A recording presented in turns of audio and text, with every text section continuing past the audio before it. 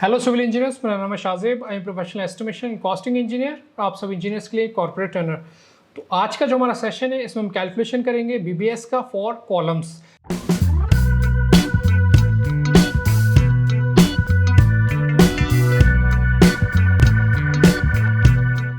तो यहाँ पर हम देख रहे हैं कि हमारे बहुत तरीके के कॉलम्स हैं। आपके C1 से लेकर के C8 तक कॉलम है, लेकिन ये सारे कॉलम्स के नंबर्स आपको काउंट करने हैं। तो इस तरीके से कॉलम्स का कैलकुलेशन किया जाएगा, लेकिन कुछ कॉलम्स अगले फ्लोर पर जाके टर्मिनेट हो जाते हैं। यानी कि अगर हम जैसे कि यहाँ पर बात करें एग्जाम्पल के तौर पे, तो यहाँ पर हमारा जो C8 कॉलम है, C8 कॉलम के बारे में हमें यहाँ पर बता रहा है कि C8 जो हमारा कॉलम है ये हमारा एंड हो जाएगा फर्स्ट फ्लोर पर जाकर के। यानी कि ये सिर्फ कॉलम आपका फाउंडेशन लेवल से निकलेगा और ये आपका ग्राउंड फ्लोर तक रहेगा, उसके बाद ये ऊपर कंटिन्यू नहीं होगा। यानी कि फर्स्ट फ्लोर के फ्लोर लेवल तक ये सिर्फ आपका कॉलम दे रखा है आपको। इस तरीके से ये आपको बता रखा है कि C8 कॉलम टर्मिनेट हो रहा है आपका फर्स्ट फ्लोर पर जाकर के। तो ऐसे ही हमें यहाँ पर बता रखा है कि जैसे कि आप यहाँ पर देखोगे, ये आपको बता रखा है detail of column reinforcement. Column reinforcement यानी कि कॉलम की डिटेल्स, जो बार की डिटेल्स है वो आपको यहाँ पर दे रखी है। यहाँ पर अगर हम देखते हैं तो यहाँ पर हमें बता रहा है column at ground and first floor. तो यहाँ हम देखेंगे कि हमारे जो कॉलम्स हैं, अब इसमें अगर आप देखो तो लेवल वाइज आपको जाना पड़ेगा कि आपके कुछ कॉलम फाउंडेशन से निकलेंगे और जैसे कि C8 कॉलम है ये आपका फर्स्ट फ्लोर पर आकर के एंड हो जाएगा। लेकिन उसके बाद कॉलम्स जाएंगे, टिपिकल फ्लोर्स आएंगे, तो आपके कुछ कॉलम्स टेरेस लेवल पे जाकर के एंड हो जाएंगे। लेकिन कुछ कॉलम्स उसके ऊपर कंटिन्यू होंगे, जो कि आपके मल्टी लेवल के लिए जाएंगे, आपका जो मशीन रूम है उसके लिए जाएंगे, और आपका जो वाटर टैंक का बॉटम लेवल है वहाँ तक आपके कॉलम्स जाएंगे। तो अलग अलग तरीके से यहाँ पर कैलकुलेशन करना पड़ेगा। अब ऐसा नहीं है कि सारे कॉलम्स को आप एक बार में कैलकुलेट कर सकते हो। जैसे कि अगर C1 की हम बात करें तो C1 कॉलम को जब हम कंक्रीट के केस की बात कर रहे थे तो कंक्रीट में हमने डायरेक्टली उसको बिल्कुल बॉटम से जहां तक वो जा रहा था वहां तक कैलकुलेट कर लिया। लेकिन अब यहाँ पर उसको हम इस तरीके से कैलकुलेट नहीं कर सकते। क्यों नहीं कर सकते? क्योंकि आपको मैं बता देता हूँ आप क्यों कैलकुलेट उस तरीके से नहीं कर सकते। तो यहाँ पर अगर हम देखें, अगर हम इसको यहाँ पर देखें डिटेल्स को जो हमें दे रखी है डिटेल्स, तो इसमें आप बहुत ही मेजर चीज़ यहाँ पर नोटिस करोगे। ये आपको बता रखा है column at ground and first floor, और ये आपको बता रखा है column at second, third and fourth floor. यानी कि 2 फ्लोर के लिए ये आपको दे रखा है और 3 फ्लोर के लिए आपको दे रखा है। अगर हम यहाँ पर सिर्फ C1 कॉलम का कंपेयर करें, ये हमारा C1 कॉलम है और ये यहाँ पर आपको बता रखा है ये भी आपका C1 कॉलम है, तो साइज में कोई फर्क नहीं है। साइज 450 बाई 350 है दोनों फ्लोर पे, ठीक है। यानी कि ग्राउंड फर्स्ट पे भी और बाकी के 3 पे भी, सेकंड थर्ड फोर्थ पे भी साइज सेम है। लेकिन अगर हम यहाँ पर बात करें इसमें जो हमारी बार्स लग रही हैं उनके डायमीटर्स की, तो यहाँ पर आप देखोगे कि अगर हम C1 कॉलम की यहाँ पर बात करते हैं ग्राउंड और फर्स्ट फ्लोर पे, तो यहाँ पर आप देखते हो आपकी ये 4 बार्स लग रही हैं यहाँ पर 20 mm डायमीटर की, 4 बार्स आपकी यहाँ पर लग रही हैं 20 mm डायमीटर की, 2 बार आपकी ये लग रही हैं, ये बार्स भी आपकी 20 mm डायमीटर की हैं, और ये 2 बार्स हैं आपकी, ये भी 20 mm डायमीटर की है। यानी कि जो इसमें 12 बार लग रही हैं, आप देख सकते हो यहाँ पर आपकी 12 बार लग रही हैं। 4 आपकी यहाँ लग रही हैं, 4 आपकी यहाँ पर लग रही हैं, और बाकी 2 आपकी यहाँ लग रही हैं। तो आपकी जो है ये आपकी 12 बार्स, यानी कि 12 नंबर ऑफ बार्स, और सारी की सारी बार्स जो है 12 mm डायमीटर की, जो कि ग्राउंड और फर्स्ट फ्लोर पे आपको दे रखा है। लेकिन अगर हम सेकंड, थर्ड, फोर्थ फ्लोर की बात करें तो फिर आप देखोगे आपकी ये जो वाली बार्स हैं ये आपकी 20 mm डायमीटर की है, चारों की चारों। ये भी आपकी 20 mm डायमीटर की है, चारों बार। लेकिन यहाँ पर जो मिडिल में बार लग रही है ये आपकी 16 mm डायमीटर की है, 16 mm की, और यहाँ भी आपकी 16 की है। यानी कि अभी तक हमने देखा कि जो ग्राउंड ऑफ फर्स्ट फ्लोर पे हमारी बार्स थी, सारी बार्स 20 mm डायमीटर की थी। लेकिन जब हमने सेकंड, थर्ड, फोर्थ को देखा तो यहाँ पर हमारी 4 बार्स 16 mm की हैं, बाकी 8 बार्स हमारी 20 mm डायमीटर की हैं। तो इस तरीके से इसका कैलकुलेशन आपको करना पड़ेगा। यानी कि C1 को ग्राउंड फर्स्ट के लिए अलग कैलकुलेट करोगे, जिसमें नंबर ऑफ मेंबर्स या नंबर ऑफ फ्लोर्स में आप 2 शो करोगे। बाकी column at second, third and fourth floor के लिए आपको अलग से कैलकुलेट करना पड़ेगा, ठीक है। तो इस तरीके से कैलकुलेशन होगा। अब हम चलते हैं इसको हम कैसे कैलकुलेट करेंगे एक्सेल में। हमारी फ्लोर की हाइट हमें पता है ऑलरेडी कि 3300 mm है, ठीक है। अब हम इसको कैलकुलेट करने के लिए सबसे पहले हमें जाना पड़ेगा जो कॉलम के सेक्शन है। तो इसी पेज पे हमें कॉलम के सेक्शन दे रखे हैं, इसको हम हटा देते हैं डिटेल्स को, और यहाँ से हम देखते हैं कि हमें क्या दिखा रखा है इसमें। तो सबसे पहले हमने इसको जूम कर लिया, और जूम करने के बाद हम कॉलम की हाइट निकालेंगे जो हमारा टाई बीम का टॉप है, यानी कि प्लस 450 लेवल तक। सबसे पहले ये हमें दिखा रहा है कि कॉलम की जो हमारी बार है वो इस तरीके से लगता हुई आएगी। इसको थोड़ा सा हम वेट दे देते हैं, ठीक है। यहाँ से हमारी बार लगता हुई आ रही है और इस तरीके से ऊपर के लिए कंटिन्यू होगी।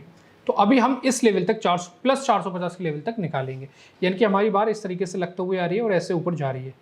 तो ये जो छोटा सा पार्ट है ये आपको दे रखा है 450 mm, ये आपको यहाँ पर 450 mm दे रखा है। ये 450 है।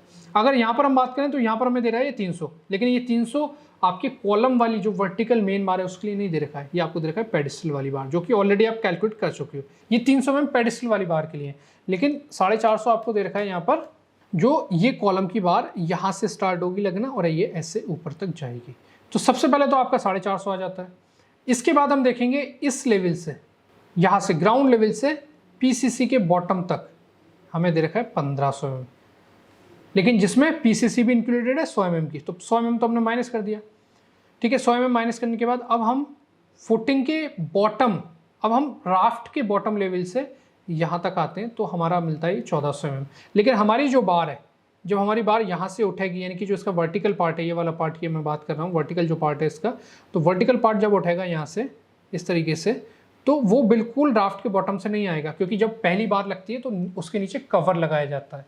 और यहाँ पर राफ्ट के केस में हम देख रहे हैं कि हमारा नीचे कवर लगा हुआ है, उसके बाद हमारी राफ्ट वाली जो बार है, जो उसकी लॉन्गिट्यूडनल और जो ब्रेथ डायरेक्शन में जो बार है एलबी वाली बार, उसके बाद ये बार ऊपर लग रही है हमारी कॉलम की। तो नीचे राफ्ट का मैश है, राफ्ट के मैश के ऊपर कॉलम की बार आ रही है। तो जो 1400 हमें दे रखा है वो हमें राफ्ट के बिल्कुल बॉटम से ग्राउंड लेवल तक दे रखा है, लेकिन हम 1400 में से माइनस करेंगे राफ्ट का कवर और राफ्ट में जो एल और बी डायरेक्शन में जो बार लग रही है उनका डायमीटर, तब हमें जाकर के ये ग्राउंड लेवल तक की डायमेंशन मिलेगी। इसके बाद हम इसमें 450 ऐड करेंगे तो हम इस लेवल तक आ जाएंगे प्लस 450 लेवल तक। ठीक है, तो इसको हम करते हैं पहले। तो इसको कैलकुलेट करने के लिए हम क्या करेंगे, यहाँ पर हम बात करें कि हमारा जो है C1 कॉलम है, C1 कॉलम जो है हमारा 350 बाई 450 का है। इसमें हमारी 12 बार्स लग रही हैं जो कि सभी 20 mm डायमीटर की हैं, सिर्फ ग्राउंड और फर्स्ट फ्लोर के लिए। तो यहाँ पर हम कटिंग लेंथ निकाल रहे हैं, तो हम एक ही साथ इसको कटिंग लेंथ को निकाल सकते हैं। ग्राउंड और फर्स्ट फ्लोर की हम दोनों को एक जगह ऐड करके निकाल देंगे। तो यहाँ पर हमने सबसे पहले लिया 450, जो कि 450 हमें ये छोटा वाला पोर्शन दे रखा है। फिर हमारा वर्टिकल पोर्शन आ रहा है, उसके लिए हमने लिया 1500। 1500 में हम पीसीसी इंक्लूड कर रखी है, 100 mm की पीसीसी हमने माइनस कर दी। इसके बाद हमने इसमें से राफ्ट का कवर माइनस किया और राफ्ट का जो मैश है उसमें जो एल और बी डायरेक्शन की बार है उनका डायमीटर 20 mm माइनस किया। और फिर हमें यहाँ पर मिल जाता है यहाँ तक, जो हमारा टाई बीम है उसके बॉटम तक हमने इस ब्रैकेट को क्लोज किया और टाई बीम की डेप्थ 450 mm हमने यहाँ पर ऐड कर दी, जो कि 450 आपको ये यहाँ पर दे रखी है। बाकी आप टाई बीम में जाकर देख सकते हो उसका शेड्यूल में 450 mm टाई बीम की डेप्थ है। टाई बीम के टॉप तक हम पहुँच जाते हैं ये यहाँ से कैलकुलेशन करके। इसके बाद आपको जाना पड़ेगा इसके एलिवेशन पे। एलिवेशन पे जाके आप देखोगे आपको 2 फ्लोर की, ग्राउंड फ्लोर की, फर्स्ट फ्लोर की हाइट ऐड करनी है, जो कि आपकी हाइट, जो कि आपने कंक्रीट के सेक्शंस में देखा है 3300, ये आपकी हाइट है एक फ्लोर की, और दोनों फ्लोर की यानी कि ग्राउंड और फर्स्ट फ्लोर के लिए हम ऐड कर रहे हैं। तो 3300 प्लस 3300 2 बार हमने इसको ऐड कर दिया। इसके बाद इसमें आपको ऐड करना पड़ेगा ओवरलैप, क्योंकि हम जब बार लगाते हैं कॉलम की तो ऐसा नहीं है कि हमने नीचे से लगाना स्टार्ट की ऊपर तक ले जाके एक साथ लगा दी, ऐसा नहीं होता है। आपको हर फ्लोर पे बार को कट करना पड़ता है। हर फ्लोर पे जब बार को कट करोगे तो वहाँ से आप उस बार के लिए ओवरलैप करके चलोगे।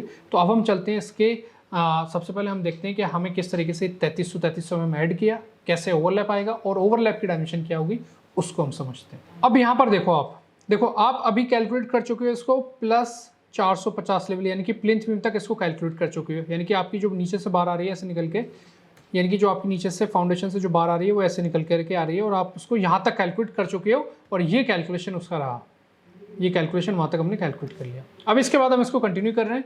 तो इसको कंटिन्यू करने के लिए अब हम क्या करेंगे, हम ऐड करेंगे इस लेवल से इस लेवल तक की डायमेंशन, जो कि आपको मिलती है यहाँ से प्लस 450 आपको ये जो दे रखा है, और वो यहाँ पर आपको दे रखा है 3750। यानी कि 3750 में से अगर आप 450 माइनस करोगे तो आपको फ्लोर की हाइट मिल जाती है 3300 mm।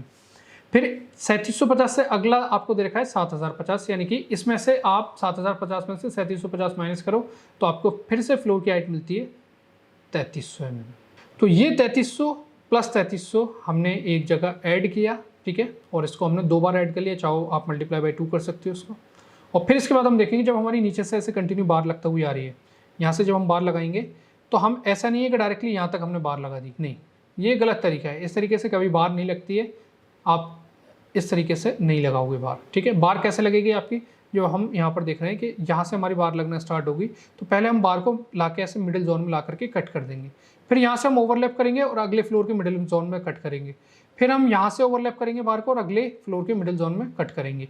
यानी कि हर फ्लोर पे आपका ओवरलैप आएगा, हर फ्लोर पे। तो यहाँ पर अगर हम 2 फ्लोर के लिए निकाल रहे हैं तो 2 ओवरलैप हो गए, एक आपका ग्राउंड लेवल पे और एक आपका फर्स्ट फ्लोर के लेवल पे यहाँ पर आपके 2 ओवरलैप्स आ रहे हैं। तो आपको 3300 प्लस 3300 ऐड करने के बाद इसमें ऐड करने पड़ेंगे प्लस 2 ओवरलैप। 2 ओवरलैप आपको यहाँ पर ऐड करने। अब ओवरलैप की डायमेंशंस क्या होगी उसके लिए फिर से आपको जाना पड़ेगा सेक्शन में और वहाँ से हम समझेंगे इसको जा करके। इसके बाद हम आ जाते हैं यहाँ पर सेक्शन में और यहाँ पर हम देखेंगे कि हमें यहाँ बता रहा है कि ओवरलैप में आपको क्या लेना है, आपको LD, यानी कि LD आपको दे रखा होगा अलग से कि कितना है। देखो यहाँ पर आपकी जो बार है उस तरीके से जा रही है और ऐसे होके ये ऐसे है और फिर ऊपर से जो बार आ रही है उस तरीके से हो रही है, यानी कि हम यहाँ पर बात करें तो ऐसे ऐसे ऐसे हमारी बार है और ऊपर से जो हमारी बार आएगी वो इस तरीके से आएगी ऐसे। तो ये आपका ओवरलैप है और इसमें आपको लेना है LD। और LD आपको कितना दे रखा है इसके लिए हम देखेंगे साइड नोट्स, जो हमें साइड में नोट्स दे रखे हैं उसको हम देखेंगे। तो हम यहाँ से इसको साइड कर लेते हैं और यहाँ से हम देखते हैं जो हमें LD दे रखा है वो कितना दे रखा है। तो यहाँ पर आप आओगे 8 नंबर पे आके देखोगे development length LD for different diameter of bars for concrete mix of M20 grade shall be 49 into dia of bar. 49D आपको दे रखा है, ये आपका LD की डायमेंशंस हैं। यहाँ पर हम लेंगे 2 ओवरलैप्स, तो यहाँ पर हम बात कर रहे हैं कि एक हमारा जो ओवरलैप है वो 49D का है, यानी कि 49 into dia of bar, 49D यानी कि डाई ऑफ बार। और यहाँ पर डाई ऑफ बार जो है वो आपका 20 mm है सभी बार्स के लिए। अगर मान लीजिए आपकी कुछ बार्स, जैसे कि हमारा मैंने आपको बताया था अभी कि आपको सेकंड, थर्ड और फोर्थ फ्लोर पे आपकी कुछ बार्स 20 mm डायमीटर की हैं, 8 बार्स 20 mm की हैं, बाकी 4 चेंज होकर 16 mm डायमीटर की होंगी। तो उन केस में आपको अलग अलग कटिंग लेंथ निकालनी पड़ेगी, क्योंकि 49D 20 के लिए 20 mm होगा और 16 के लिए आप 49 को 16 से मल्टीप्लाई करोगे। लेकिन यहाँ पर सारी 8 बार्स 20 mm डायमीटर की हैं, तो यहाँ पर हम मल्टीप्लाई बाई 20 कर देंगे, 49 इंटू 20 यानी कि 49D। और 2 ओवरलैप आएंगे ग्राउंड फ्लोर पे, फर्स्ट फ्लोर पे, मल्टीप्लाई बाई इसको हम कर देंगे 2। तो ये हमें मिल जाती है यहाँ पर कटिंग लेंथ हमें फर्स्ट फ्लोर लेवल तक। ठीक है, ये हमें कटिंग लेंथ मिल गई। तो इस तरीके से आपको एक्सेल में भी पुट करना है इसको। हम वापस से आ जाते हैं एक्सेल में। एक्सेल में आके हम देखेंगे इस तरीके से हमने शेप बना दिया इसका यहाँ पर, और इस शेप को तो आपको पहले से जो आपका G+2 का जो प्रोजेक्ट है उसमें आपको पता है किस तरीके से बनाना है ये शेप वगैरह। तो इस तरीके से हमने शेप बनाया। यहाँ पर ये 450 वाला पोर्शन है और यहाँ पर हमने इसको अलग से दिखाया 8335। अब ये कैसे किया है हमने, देखो एक पहले आपका हॉरिजॉन्टल पोर्शन आ रहा था तो हमने ये 450 दिखा दिया, फिर ये 8335 कैसे आया, ये आपका वर्टिकल है तो इसको हमने कैसे दिखाया, 450 को हमने अलग दिखाया और बाकी के लिए हमने अलग दिखाया।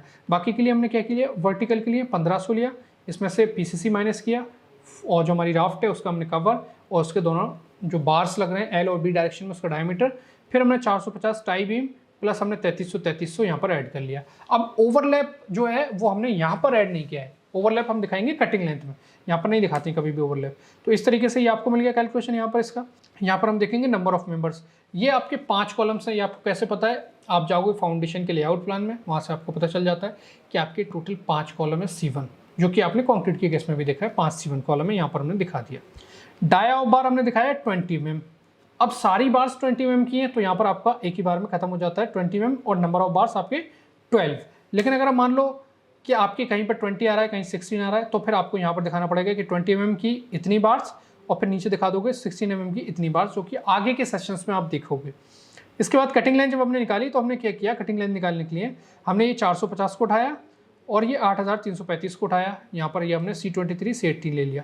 फिर हमने ओवरलैप के लिए 49 इंटू डाई ऑफ बार और डाई ऑफ बार के लिए हमने G11 यानी कि हमने ये यहाँ पर ये G11 सेलेक्ट करे हुआ है 20 mm। ठीक है, तो ये आपका 49D और मल्टीप्लाई बाई इसको कर दिया हमने 2 और फिर हमने इसमें से माइनस किया 2D यानी कि बैंड लॉस। यहाँ पर हमारी जो बार है वो 90 डिग्री पे बैंड हो रही है तो -2D और यहाँ पर आपको मिल जाती है इसकी कटिंग लेंथ 10,721 mm। इसको हमने चेंज किया मीटर में, यहाँ पर ये आपकी आ रही है 10.72 मीटर, यानी कि हमने इसको सेलेक्ट करके डिवाइड बाई यहाँ पर 1000 कर दिया। और इसके बाद हमने इसकी टोटल कटिंग लेंथ निकालने के लिए क्या किया, तो एक बार जो है हमारी 10.72 मीटर की है और हमारी कितनी बार्स लग रही है एक कॉलम में, हमारी एक कॉलम में लग रही है 12 बार और हमारे 5 कॉलम है, यानी कि हमारी टोटल 60 बार है और एक बार हमारी 10 मीटर की है तो यहाँ पर आपको मिलता है 643 मीटर, 643 मीटर। और 20 mm की बार्स है तो यहाँ पर हम आएंगे 20 mm वाले कॉलम में आकर के इसका कैलकुलेशन करेंगे। तो 20 mm में हमने इसको कैलकुलेट किया तो यहाँ पर 2.47 ये आपका यूनिट वेट है।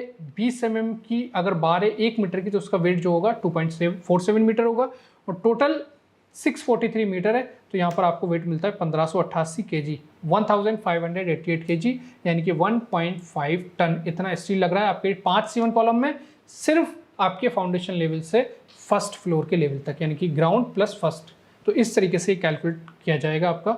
तो यहाँ पर हम ड्राइंग में देखेंगे आकर के, अगर तो ड्राइंग में हमें देखने को मिलता है यहाँ पर कि हमें ग्राउंड फ्लोर फर्स्ट फ्लोर के लिए अलग कैलकुलेट करना है, सेकंड थर्ड और फोर्थ फ्लोर के लिए आपको अलग से कैलकुलेट करना है क्योंकि यहाँ पर डाया चेंज हो रहा है। फिर 5, 6 और 7 इन फ्लोर के लिए आपको अलग कैलकुलेट करना है। फिर 8 और 9 के लिए अलग कैलकुलेट करना है। फिर आपको 10th और 11th के लिए अलग कैलकुलेट करना है और फिर इसके ऊपर कॉलम जाएगा तो सारी जो डाया जो आपको 11th फ्लोर तक दे रखा है वही डायमीटर सेम फॉलो होगा ऊपर के कॉलम्स के लिए, क्योंकि इसके आगे आपको चीज़ें नहीं दे रखी हैं। तो इस तरीके से आपको अलग अलग वे में कैलकुलेट करना पड़ेगा। अगर मान लीजिए डायमीटर सेम होता, 20 mm डायमीटर होता बिल्कुल बॉटम से टॉप तक, तो हम एक ही बार में कैलकुलेट कर लेते, लेकिन यहाँ ऐसा नहीं है। यहाँ आपको अलग अलग फ्लोर के लिए डायमीटर चेंज हो जा रहा है, यानी कि जब हम ऊपर जा रहे हैं तो वहाँ पर डायमीटर कम होता जा रहा है, जो कि सही तरीका है। इसी तरीके से होता है जब हाई राइज की हम बात करते हैं। आप देखते हो G+2 में आपने जो डायमीटर देखा होगा वो आपका बिल्कुल जो फाउंडेशन से स्टार्ट हो रहा है वही टॉप पे जाके एंड हो रहा है, लेकिन हाई राइज के केस में ऐसा नहीं होता है। आपको स्टील का वेट कम करके रखना है ताकि बिल्डिंग पे वेट कम आए। तो इस तरीके से आपका जो डायमीटर है, जैसे जैसे आप ऊपर फ्लोर पे जाते हो तो डायमीटर कम होता जाता है। तो इस तरीके से आप एक ही बार में उसको कैलकुलेट नहीं कर सकते हो, उसका खासतौर से BBS नहीं बना सकते हो एकदम एक बॉटम पॉइंट से टॉप पॉइंट तक। कंक्रीट तो कैलकुलेट कर सकते हो क्योंकि साइज सेम जा रहा है, अगर साइज चेंज होगा तो कंक्रीट भी चेंज हो जाएगा। तो इस तरीके से पहले हमने निकाला ग्राउंड और फर्स्ट फ्लोर के लिए, यानी कि ये ए जो हमें दे रखा है ग्राउंड से फर्स्ट फ्लोर के लिए हमने निकाला। इसी तरीके से सारे कॉलम्स के लिए हम निकालेंगे और जो हमारा C8 कॉलम है ये सिर्फ आपका ग्राउंड फ्लोर पे एंड हो जाएगा, तो इसका कैलकुलेशन अलग होगा। तो आज के सेशन के लिए बस इतना ही, मिलते हैं नेक्स्ट सेशन में। Thank you so much.